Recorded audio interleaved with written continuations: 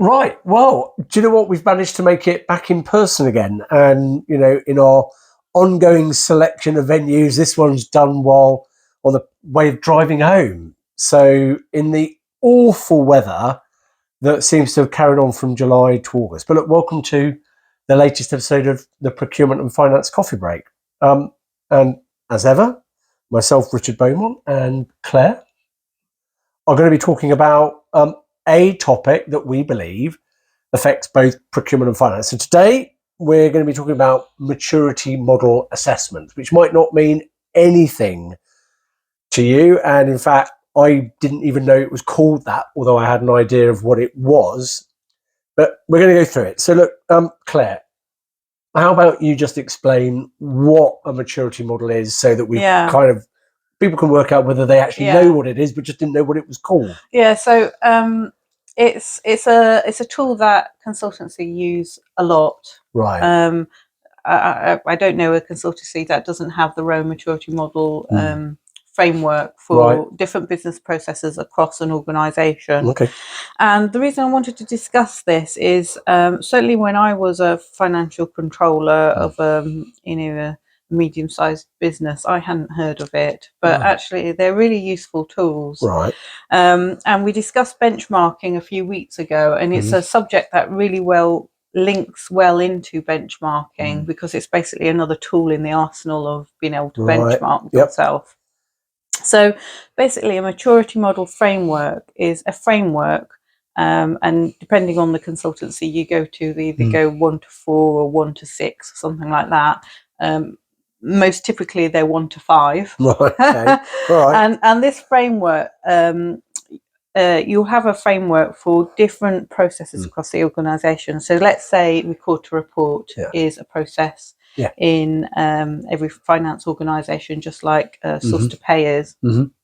For that process, you'll have a framework, and usually 1 is the most basic level of process. You could kind of describe it as an ad hoc process, barely a defined process. We managed to buy something. Yes. Right. Yes. Okay. Yes. Right. Okay. Yes. All right. So if you think of the process for procurement, it might 1 might be a ad hoc process that's not clearly defined. 2 might be a defined process. So people know what the process is. There is a process. But it might not be well managed. Go on to a 3, that's more about a managed process. So it's becoming more mature. 5 would be an integrated process. So now not only is it a managed process, but you've got end-to-end data, and it's integrated with other processes as well. And then at 5, you'd have more of an optimized process, what you would call a leading practice process. Right. Okay. So that's basically what a maturity model assessment is. And for each of those steps, 1 to 5, I've just given there the example of ad hoc being basic and 5 being optimized. It will describe that process in detail. And so what it enables you to do is enables you to self-assess where you are. So you think, well, okay, when I procure things, do I do it in a random fashion and therefore it's ad hoc? Or is there a defined process, or is there indeed a managed process? So it will actually give you like a checklist of things to think, do I do that or do I do that? And then if you're wanting to then become more mature in your process, it then gives you a checklist of what the next level up. So you can say, well, I'm not doing that, and that. So, maybe if I want to become a more efficient process, then those are the sort of things I should be doing. Right. Okay. So hang on, I just want to check one thing though, because it's all very well having 1 to 5. Yeah. But of course, I'm excellent at doing self-assessment and saying I'm a good solid 4.5, almost made. Yeah. Presumably, there are some kind of like standards out there by function. Is the kind of things you can go and look up, or is it? Yeah, I don't know if there is an open source. I know there are, when we discussed benchmarking and we said there are Lots of organisations where you can share your data with.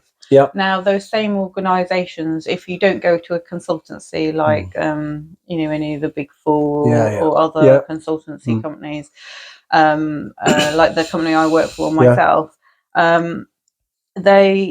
we all have them, and we all have defined our own. Yeah. But if you just wanted to not engage in a consultancy and just see image of, you can go to other benchmarking, and they usually have them as well, their own version of them. Yeah, it's interesting. I mean, once upon a time, I used to work for a very short bit of time for McKinsey. I mean, they've got kind of a benchmarking database and procurement functions. All you've got to do to be able to get a benchmark of where your organisation is basically contribute to the data set. So you fill out the survey. Yeah, they gain data, but you actually get a really good thing. And so on that 1 to 5, I suppose the message is: look, even if you're not working with a consultancy, just go and look at the big 4. They're generally online. You can sign up, you can do it, and you'll get a good view. Yeah, and it is worth doing because there are advantages. I mean, if you do this, then what you've got, particularly if you go to someone who's got a maturity model that's based on a decent data set, is you get a really honest view of where you're sat. I mean, you might think you're terrible, you might think you're brilliant, but actually you find the truth based on how you compare to other organizations. And I think, there's 2 things. One, it's objective, so you're not just saying, well, I think I'm a solid 3. You're comparing yourself.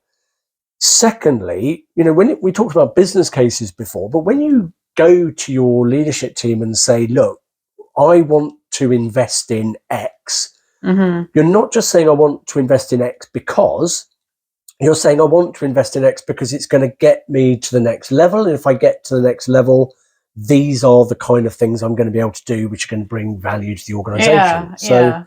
Yeah. And so I suppose it links to a business case, which you always need to prove, some kind of return or value to an organisation. Yeah, it's true. Question for you, Richard. Having described that, what would you think would be some key benefits of conducting a maturity assessment, just specifically in procurement? Well, if I use an example to talk it through, so one of the things that I do a lot of is working with companies to develop their ability to think strategically in the way that they do category strategy. So if I want to buy, I don't know, IT hardware, what's the best way for that organisation to procure it? And if we take that 1 to 5 scale, 1 is going to be, there isn't really a process. We just get on and decide what to get. And it's probably driven by whoever's got the budget, just tells you what they want you to go and purchase. 5 is going to be, you're probably doing, no, not probably, you are doing a repeatable process that's based on solid analytics and engagement with stakeholders. You're using technology, you're embedding market intelligence, and you are embedding it into a plan to make it happen. So in truth, most organizations are not a 5, and most organizations aren't a 1 either. They're hovering around the probably 2, 3 mark. What does that look like? You're using Excel, you're using PowerPoint, you're doing discussions, you maybe don't have a solid way of turning it into approval and a plan and checking that that plan has worked. So to my mind, if you've assessed yourself and benchmarked yourself as a 3, probably the kind of things that you're going to get guidance for are, can you adopt technology? And there are technologies out there to help. Could you improve soft skills in your team in order to improve the way they engage? Can you access better sources of information to allow you to make more informed decisions? So to my mind, the reason that you would go and do those is because you would fill out whoever's model assessment it was. You'd discover you were a 3. You would see what 4 looked like, and you would have clear ideas across people, across tech, across process, or layers of the operating model. Or exactly layers of the operating model to go do it. And I know, well, we know because we're going to talk about it, but we're going to talk about things like balanced scorecards in a future coffee break.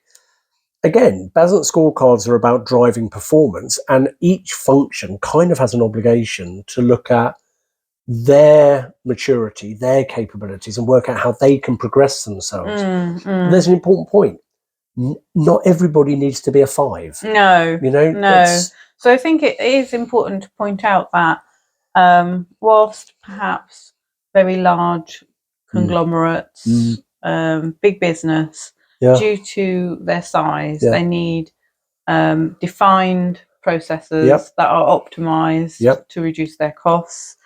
But whilst a very mature process brings benefits like consistency, efficiency, there is a bit of a downside, and that will be that process will not be that flexible, and it can be increasingly bureaucratic as well.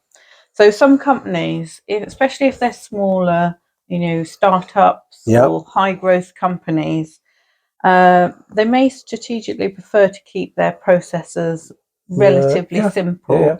And because really highly standardized processes can slow down decision making. A little while ago, we had a coffee break where we talked about becoming an agile company, and what does that mean if your company wants to be an agile company and wants to work in cross-functional teams on specific projects. Now, if you're following that, then if you've got a highly defined process and you want to pivot strategically very quickly, it can be hard to do that. So what's right for you may not be right for me as a business in terms of adopting a very mature process. I know, and I'm going to say, and there's another thing, which is, of course, there's no point. I mean, I'd love procurement to be a 5, but if everyone else is a 2, what's the point? They'll probably, in any organisation, not every function is going to get to the same level, but you'd kind of want everything to improve. And more importantly, it might be that you take the decision there are other functions where the investment needs to happen first. Because, if I talk about, a manufacturing company, great, level 5 procurement, but if my manufacturing quality processes are still a 2, I'm probably in a lot of trouble. It'd be better be a 5 in your manufacturing particular quality processes and accept the fact that you're a 2 or a 3 in procurement. So I guess there's that balance as well. I think it's also like, when you have a general roadmap for change and growth. As I mentioned, if you're a small startup or high growth business, it may be initially you want that flexibility, but your growth plan is to, they say double in size over 5 years or 10 years. Once you get to that new size, then perhaps you will have cost leakage as a result of being a little bit more flexible. And therefore, when you get to that size, you do actually want to move up the maturity model. So it's not only good to think about where am I now, where do I want to be, but how does that align to the strategy of the business? Absolutely. Well, look, in the spirit of not chatting for half an hour like we did last time, we're going to wrap up. And look, I hope we've just sowed an idea, which is there is a thing out there called, maturity model. Many people, many different consultancies and online resources, you can sign up, commit, fill out the survey, you'll get a view of where you are.